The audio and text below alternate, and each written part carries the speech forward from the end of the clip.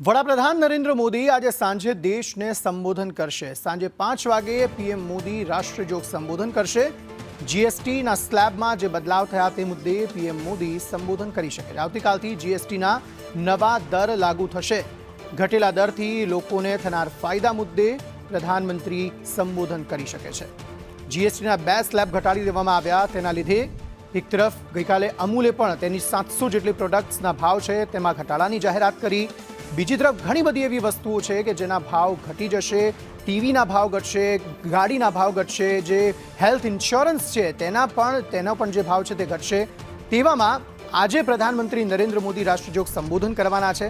12% અને 28%નો સ્લેબ જીએસટીમાંથી હટાવી લેવામાં આવ્યો।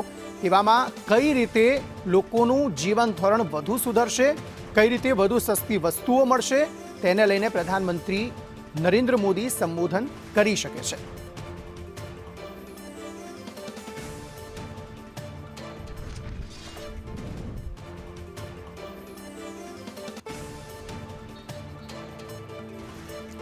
જીએસટીમાં બદલાવ મુદ્દે પ્રધાનમંત્રી નરેન્દ્ર મોદી આજે સાંજે 5 વાગે સંબોધન કરશે અને ઘણા બધા પહેલુઓ પર વડાપ્રધાન નરેન્દ્ર મોદી વાત કરશે કે કઈ રીતે જીએસટી 2.0 જે છે તે દેશના અર્થતંત્રમાં વધુ સહભાગી થઈ શકે છે। નવા જીએસટી દર અંગે ચર્ચા તેમજ નવરાત્રી આરાધનાની દેશવાસીઓને પ્રધાનમંત્રી શુભેચ્છા પાઠવે તેવી પણ પૂરેપૂરી શક્યતાઓ છે। અટકળો ચાલી રહી છે કે નવા જીએસટી દરના અમલીકરણ પર પ્રધાનમંત્રી નરેન્દ્ર મોદી વાત કરી શકે છે। આ ઉપરાંત જ્યારે પણ હવે કે છેલ્લા કેટલાક સમયથી પ્રધાનમંત્રી જ્યારે પણ સંબોધન કરી રહ્યા છે, સ્વદેશી વસ્તુઓ ખરીદવા પર વેચવા પર ભાર મૂકતા જોવા મળી રહ્યા છે। તેવામાં તેમના સંબોધનમાં એક વખત ફરી આત્મનિર્ભર થવા પર અને સ્વદેશી વસ્તુઓ અપનાવવા પર પ્રધાનમંત્રી ભાર મૂકી શકે તેમ છે। આજે વડાપ્રધાન નરેન્દ્ર મોદી 5 વાગે સંબોધન કરવાના છે રાષ્ટ્રજોગ, જેમાં ઘણા બધા મહત્વપૂર્ણ મુદ્દાઓ પર ચર્ચા કરી શકે છે। વરિષ્ઠ પત્રકાર જયેશ ઠકરાર અમારી સાથે જોડાઈ ગયા છે। આ અંગે વધુ વાતચીત કરવા માટે જયેશભાઈ, પ્રધાનમંત્રી નરેન્દ્ર મોદી આવતીકાલે જ્યારે નવા દરનો અમલીકરણ થઈ રહ્યું છે ત્યારે તેમનું સંબોધન અટકળો એવી જ છે કે જીએસટી 2.0 પર તેઓ વાતચીત કરી શકે છે। તેમાં જે બદલાવ આવશે તેનાથી જીવન ધોરણ કેવી રીતે દેશવાસીઓનું સુધરશે તેના પર વાતચીત પ્રધાનમંત્રી કરી શકે છે।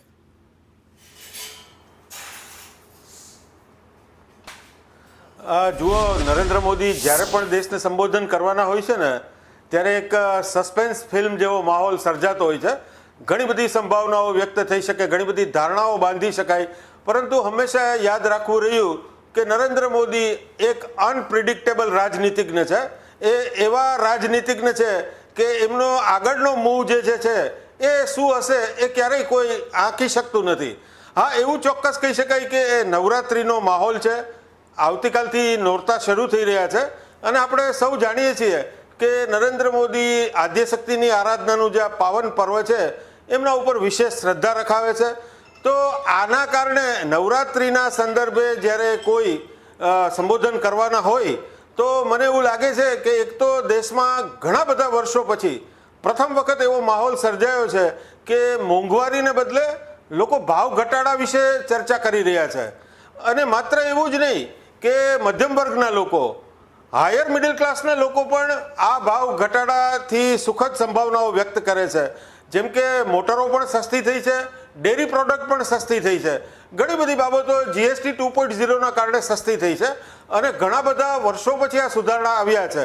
તો કદાચ એ એમના વિશે વાત કરી શકે, પરંતુ એમાં તો દેશને સંબોધન કરવા જેવું શું હોય? તો એવું બની શકે કે એમનો જે આગળનો કોઈ મોટો મૂવ હોય જેમાં એમની આયુ જે છે 75 વર્ષની થઈ છે અને એ સંદર્ભે પણ કોઈ સંભાવનાઓ વ્યક્ત થઈ રહી છે કે સંબોધન કરી શકે। હા, બીજી ઘણા બધા કયાસો એટલા માટે કારણ કે આવતીકાલથી જીએસટીના સ્લેબમાં બદલાવ થઈ રહ્યો છે જયેશભાઈ, અને એના કારણે જે કયાસો લગાવવામાં આવી રહ્યા છે કે આ પણ એક બહુ મોટો મૂવ છે। કારણ કે ત્રીજી વખત જ્યારે સરકાર બની ત્યારે પ્રધાનમંત્રીએ કહ્યું હતું કે આ વખતની સરકાર જે મિડલ ક્લાસ લોકો છે, મિડલ ક્લાસ વર્ગ છે તેમના માટેની હશે, અને કેટલાક ફેરફારો જે છે તે એવા થતા દેખાયા પણ ખરા, જેનો આ સૌથી મોટો ફેસલો જીએસટી 2.0 છે, જેમાં 2 સ્લેબ કાઢી નાખવામાં આવ્યા। કદાચ કયાસો એટલા માટે લગાવવામાં આવી રહ્યા છે કે આટલો મોટો મૂવ છે અને તેના કારણે પ્રધાનમંત્રી એ મુદ્દા પર સંબોધન કરે અને નવરાત્રિને લઈને પણ દેશવાસીઓને શુભેચ્છા પાઠવે।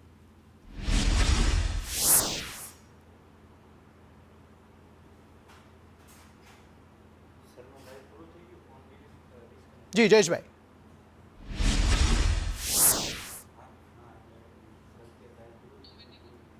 લાગે છે સંપર્ક કપાઈ ગયો છે. ફરી એકવાર તમને સંપર્ક કરવાનો પ્રયત્ન કરી રહ્યા છે, પરંતુ આ ખૂબ મોટો મૂવ છે સરકાર દ્વારા. એ જીએસટીના 2 સ્લેબ હટાવી દેવામાં આવે. એક તરફ જીએસટીની આવક જે છે તે લાખો કરોડોમાં થતી હતી, તેવામાં સરકારે એવું વિચાર્યું કે તેનો ફાયદો થોડો ઘણો હવે સામાન્ય જનતા જે છે તેને થવો જોઈએ, જેને કારણે 2 સ્લેબ જે મોટા સ્લેબ હતા તેને હટાવી દેવામાં આવ્યા, 12 અને 28%. અને તેવામાં ઘણી બધી એવી વસ્તુઓ જે જીવન જરૂરિયાત વસ્તુઓ છે, હેલ્થ ઇન્સ્યોરન્સ તેમાં સૌથી મોટી વસ્તુ છે, તેમાં જે ઘટાડો છે તે હવે લોકોને, સામાન્ય જનતાને સ્પર્શશે. અને એટલા માટે જયેશભાઈએ જે પ્રમાણે કહ્યું એ પ્રમાણે કે આ વખતે ફરી એક વખત એ મુદ્દે ચર્ચા થઈ રહી છે કે કોઈક વસ્તુઓના ભાવ ઘટ્યા છે. જયેશભાઈ ફરી એકવાર જોડાઈ ગયા છે. જયેશભાઈ, અત્યાર સુધી વાતો એવી જ થતી હતી કે મોંઘવારી વધી રહી છે, દરેક વસ્તુઓના ભાવ વધી રહ્યા છે, અને એ મોંઘવારી જે છે તે સામાન્ય જનતાને સ્પર્શી રહી હતી અને મિડલ ક્લાસ વર્ગને સ્પર્શી રહી હતી. પરંતુ આ ખૂબ મોટો મૂવ સરકારે આ વખતે કર્યો જીએસટી 2.0 ના નામે, અને કદાચ એના માટે જે કયાસો લગાવવામાં આવી રહ્યા છે કે પ્રધાનમંત્રી આજે તેના મુદ્દે ચર્ચા કરે.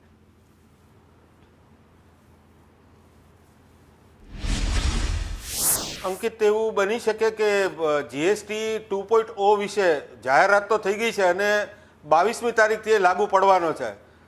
દેશમાં નવરાત્રિથી આ નવા સુધારા લાગુ પડી રહ્યા છે અને ઘણા બધા લોકો એવું કહે છે કે કર માળખાનું જે વિશ્વ છે એમાં ઐતિહાસિક મૂવ છે.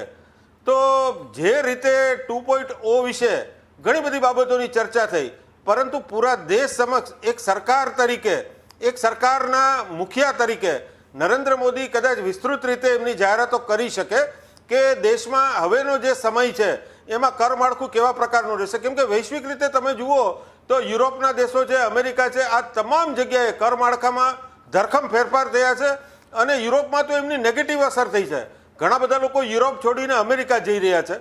તો આ પરિસ્થિતિમાં વિશ્વમાં જે આખો એ આર્થિક વિશ્વ જે છે એમાં જે ફેરફાર છે અને ટેરિફ જે અમેરિકાએ આપણા ઉપર લાદ્યો, અને એના કારણે પૂરા જે ઇકોનોમિક વર્લ્ડ છે એ મૂંઝવણમાં હતું કે દેશની ઇકોનોમી ઉપર આની કેવી અસર પડશે. આવા સમયે નરેન્દ્ર મોદીએ એક બહાદુરીભર્યું પગલું લીધું અને એમણે કીધું કે સ્વદેશી અપનાવો. તો અમેરિકાની જે અત્યાર સુધી જગતના જમાદાર તરીકેની દાદાગીરી ચાલતી હતી એની સામે વડાપ્રધાન તરીકે એમણે જે હથિયાર ફેંક્યું અને આજે આખો દેશ એકત્ર થયો છે. નવરાત્રિનો માહોલ હોય ત્યારે ખરીદી ખૂબ થતી હોય ત્યારે એમણે સ્વદેશીનો નારો ગુંજાવ્યો છે. તો મને લાગે છે કે એ સ્વદેશી ઉપર પણ કશો વાત કરી શકે એમ છે. જયેશભાઈ, આભાર અમારી સાથે જોડાવા બદલ. તો એક તરફ સ્વદેશીની વાત તો પ્રધાનમંત્રી પોતાના ભાષણમાં એકલ દોકલ વખત કરી ચૂક્યા છે, પરંતુ છેલ્લા ઘણા સમયથી એ વસ્તુ જોવા મળી છે કે પ્રધાનમંત્રી જ્યારથી અમેરિકા સાથે એ થોડી તકલીફો ભારતને થઈ ત્યારબાદથી એ સ્વદેશીનું ચલણ જે છે તે વધ્યું હોય તેવું લાગી રહ્યું છે. પ્રધાનમંત્રી સતત આત્મનિર્ભર ભારત પર વાત કરી રહ્યા છે, સ્વદેશી વસ્તુઓ અપનાવવાની વાત કરી રહ્યા છે.